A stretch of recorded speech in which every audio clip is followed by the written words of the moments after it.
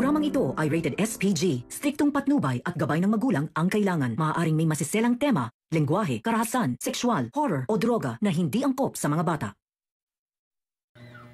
Malaya na si Ramir sa kamay ni Patricia. Alamin natin. Welcome back sa aking channel. Mga kaganapan sa Lilet Matias. Naloko si Trixie at Eira ng medtech na kilala ni Trixie at inutusan nila para baguhin ang resulta ng DNA result ni Atty. Meredith at Lilet. Dahil simula ng binayaran ni Trixie ang medtech ay hindi na ito pumasok sa ospital at nag-awol na ito.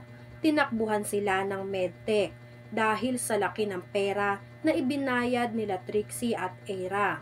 Kaya hindi makapaniwala si Eira at sinisi si Trixie kung bakit lumabas pa rin ang totoo na magnanay talaga si Lilet at si Atty. Meredith.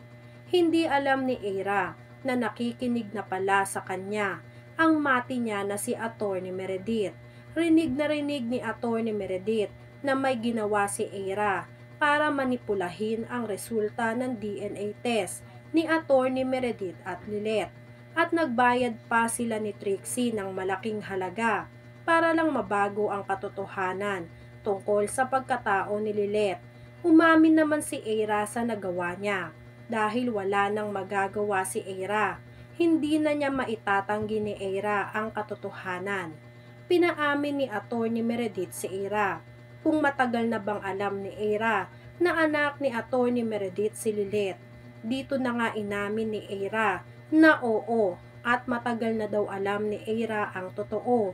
Sa galit ni Atty. Meredith kay Eira ay nasampal niya si Eira at napagsabihan niya si Eira na niloko siya ni Eira. At all this time daw ay alam pala talaga ni Eira ang totoo at pinabayaan lang daw ni Eira na mangulila si Atty. Meredith sa kapatid niyang si Lily. Pero ang totoo ay alam na pala ni Eira na buhay ang anak niyang si Lily. Dumabas din ang totoo. Nagawa-gawa lang ni Eira lahat ng paninira niya kay Lilet para mapalayo ang loob ni Atty. Meredith kay Lilet. Nang sa ganon ay hindi maagaw ni Lilet ang atensyon ni Atty. Meredith kay Eira. Kaya naman labis na nasaktan si Atty. Meredith sa lahat ng nalaman niya sa anak niyang si Eira. Lahat ng pagsisinungaling na ginawa sa kanya ni Eira. Narinig naman ni Kurt ang tungkol sa pag-aaway ni Eira at Atty. Meredith, kaya tinawagan ni Kurt si Lilet para ibalita ang kaguluhan na nangyayari dito sa Keystone. Hindi raw maintindihan ni Kurt kung bakit nasampal ni Atty. Meredith si Eira. Nagsabi si Kurt na tatawagan niya ulit si Lilet kapag nakakuha na siya ng update kung bakit nag-aaway si Eira at si Atty. Meredith sa resulta ng DNA test. Lumapit si Kurt kung saan nag-aaway si Eira at Atty. Meredith. Rinig na rinig ni Kurt ang sinabi ni Atty. Meredith na anak ni Atty. Meredith si Lilet. Kaya naman maging si Kurt ay nagulat sa revelasyong nalaman niya. Iyak ng iyak si Atty. Meredith.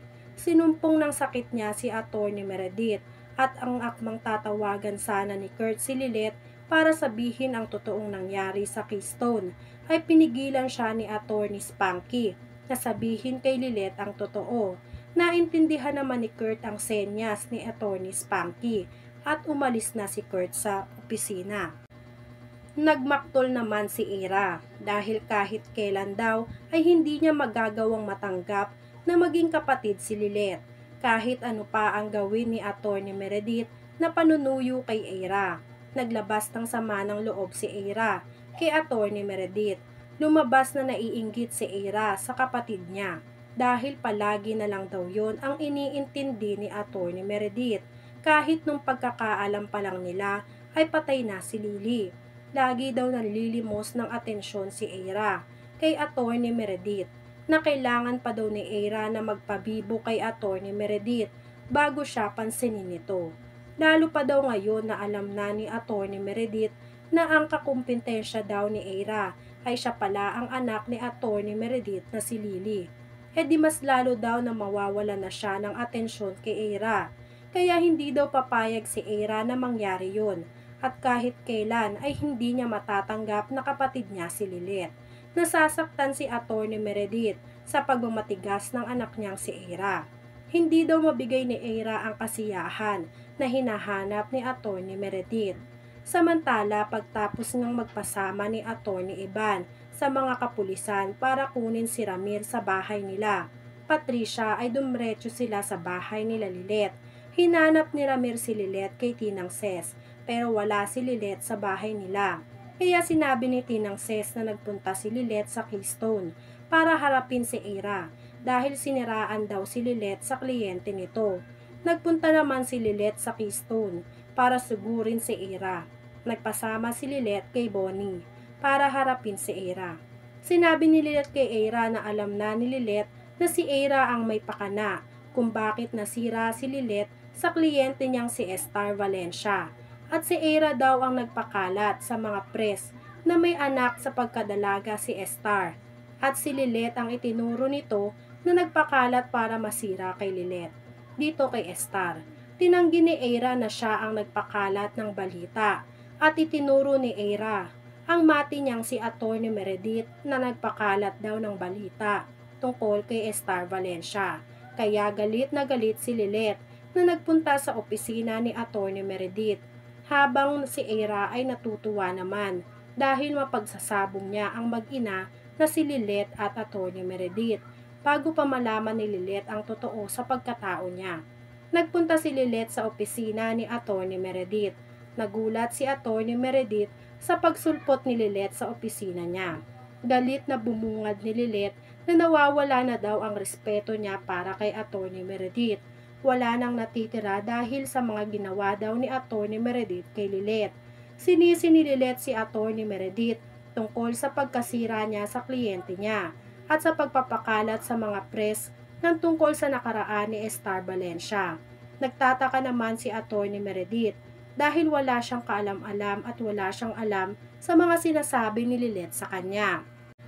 Sinabi ni Lilith kay Atty. Meredith na mataas ang respeto niya dito. Pero ngayon daw na siniraan ni Atty. Meredith si Lilith sa kliyente niya ay wala nang natitira pang respeto para kay Lilith. Hindi naman alam ni Atty. Meredith kung ano ang sasabihin niya kay Lilith. Maya-maya ay dumating na si Ramir. Pinagsabihan ni Ramir si Lilith na huwag pagsalitaan si Lilith na huwag pagsalitaan ni Lilith si Atty. Meredith ng ganon. Nagtataka naman si Lilith kung ano ang ginagawa ni Ramir sa Keystone at bakit pinipigilan ni Ramir na magsalita si Lilith kay Atty. Meredith.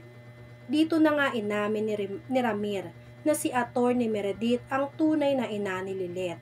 Nagimbal si Lilith at hindi makapaniwala sa sinabi ng ama niyang si Ramir. Ano pa kaya ang plano ni Eira kay Lilith? Matatanggap ba ni Lilith si Atty. Meredith bilang ina niya? Yan nga ang mga kaganapan at mga dapat nating abangan dito sa Lilith Matias. Kung gusto nyo pa ng mga ganitong klaseng video, ay mag-subscribe at i-like itong video na to. Maraming salamat po.